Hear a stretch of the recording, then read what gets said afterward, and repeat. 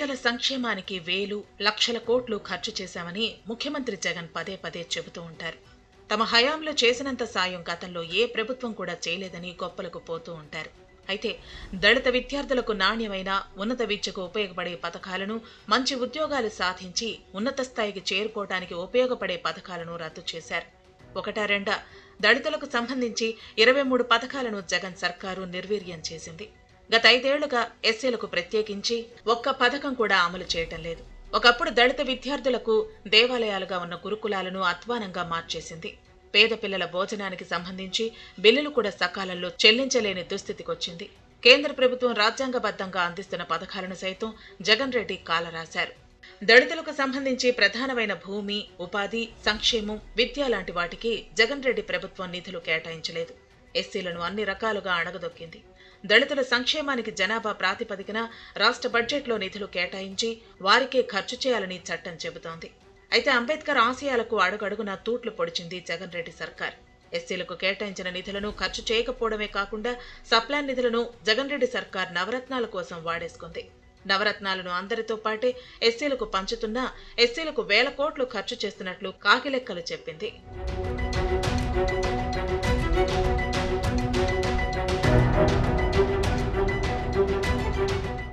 ఎస్సీలకు గతంలో ఉన్న పథకాలన్నింటినీ వైసీపీ సర్కారు అటకెక్కించింది. ఆయా పథకాలకు నిధులు నిలిపివేయడంతో నిర్వీర్యమయ్యాయి. గత చంద్రబాబు ప్రభుత్వం 1606 మంది భూమి లేని ఎస్సీ మహిళలకు 2386 ఎకరాల భూమి కొనుగోలు చేసి ఇచ్చింది. ఒక్కో ఎకరానికి 15 లక్షల ధరతో భూమి కొనుగోలు చేసిన సందర్భాలు ఉన్నాయి. ఈ జగన్ రెడ్డి సర్కారు వచ్చినప్పటి నుంచి ఈ పథకానికి ఒక్క పైసా కూడా కేటాయించలేదు. దీంతో భూమి లేని దళితులు వ్యవసాయ కూలీలుగానే మిగిలిపోయారు. చంద్రబాబు హయాంలో ఎస్సీలకు ఎస్సీ కార్పొరేషన్ కల్పతరువుగా ఉండేది. పలు పథకాలను ఈ కార్పొరేషన్ ద్వారా అందించారు.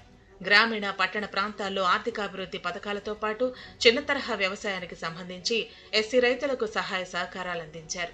ముర్రా గేదెలు, మేలు రకపు ఆవులు, గొర్రెలు, మినీ డైరీ తదితర ప్రయోజనాలు కల్పించారు. ఎస్సీ కార్పొరేషన్ ద్వారా వెట్టి, జోగినీలకు పునరావాస కార్యక్రమాలు, పేద రైతుల పొలాల్లో బోర్లు, పంపుసెట్లు, విద్యుత్ సౌకర్యం, భూమి అభివృద్ధి, భూమి లేని పేదలకు భూముల కొనుగోలు, ఇంటి స్థలాలను కొనుగోలు చేసి ఇవ్వటం వంటి పథకాలు అమలు చేశారు. అలాగే ఎస్సీలకు వడ్డీ లేని రుణాలు, ఎన్ఎస్ఎఫ్టీఎస్, ఎన్ఎస్కేఎఫ్టీఎస్ లాంటి పథకాల ద్వారా స్వయం ఉపాధి యూనిట్లకు రుణాలివ్వటం తదితర ఆర్థికాభివృద్ధి కార్యక్రమాలు చేపట్టారు. వైసీపీ ప్రభుత్వం వచ్చాక ఎస్సీ కార్పొరేషన్ను 3 ముక్కలు చేసి మాదిగ, మాల, రెల్లి కార్పొరేషన్లను ఏర్పాటు చేసింది. ఏ కార్పొరేషన్ కు కూడా నిధులు కేటాయించలేదు. గతంలో ఎస్సీ కార్పొరేషన్ కు 2018-19లో 900 కోట్లు కేటాయిస్తే వైసీపీ సర్కారు వచ్చిన తర్వాత ఒక్క పైసా కూడా ఖర్చు చేయలేదు. గత ప్రభుత్వంలో ప్రతి ఏటా వందలాది మంది ఎస్సీ యువత స్వయం ఉపాధి పథకాల ద్వారా పలు రకాల యూనిట్లు ఏర్పాటు చేసుకునేవారు. దీనికోసం ఎస్సీ కార్పొరేషన్ ద్వారా ఏటా సుమారు 400 కోట్ల దాకా ఖర్చు చేసేవారు. ఎస్సీ యువతకు స్వయం ఉపాధి యూనిట్లు ఏర్పాటు చేసేందుకు 60% దాకా సబ్సిడీ అందించేవారు. ఒక ఎస్సీ కార్పొరేషన్ ద్వారా 2.66 లక్షల మంది 3800 కోట్ల వరకు స్వయం ఉపాధి పథకాల ద్వారా లబ్ధి పొందారు. డ్రైవింగ్ వృత్తిలో ఉన్న యువతకు బ్యాంకుల ద్వారా రుణాలు ఇప్పించి 485 ఇన్నోవా కార్లు, 294 ఇతర కార్లు అందజేశారు. వాటితో పాటు మురుగు కాలువ పూడిక తీసే యంత్రాలు 660, 7500 బ్యాటరీతో నడిచే పవర్ ఆటోలు, ఇతర ప్యాసింజర్ వాహనాలను అందించారు. జగన్ రెడ్డి ప్రభుత్వం వచ్చిన తర్వాత స్వయం ఉపాధి పథకానికి స్వస్తి పలికారు.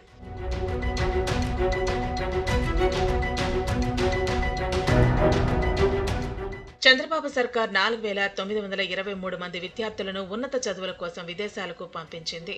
వారిలో 493 మంది దళిత విద్యార్థులు ఉన్నారు.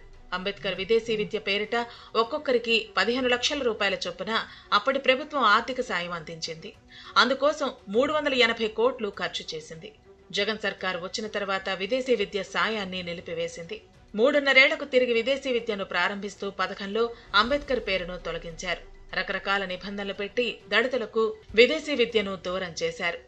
అలాగే ఏపీ స్టడీ సర్కిల్స్ తో పాటు విద్యోన్నతి పథకాన్ని రద్దు చేశారు. గతంలో వేలాది మంది దళిత విద్యార్థులు AP study circles, Ambedkar study circles ద్వారా లబ్ధి పొందారు.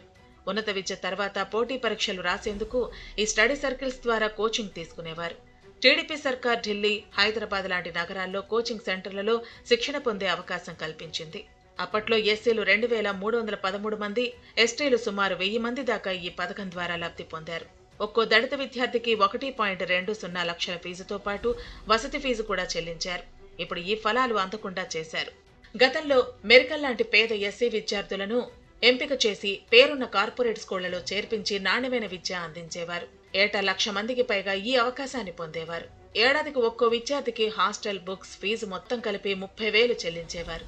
ఇంజనీరింగ్, మెడికల్ కాలేజీల్లో సీట్లకు అగ్రవర్ణాల విద్యార్థులతో దళిత బిడ్డలు పోటీ పడేవారు.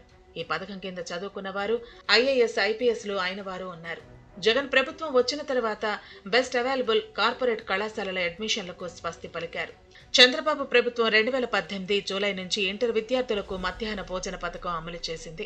జగన్ సర్కారు వచ్చిన తర్వాత పిల్లల నోటికాడ ముద్ద తీసేశారు.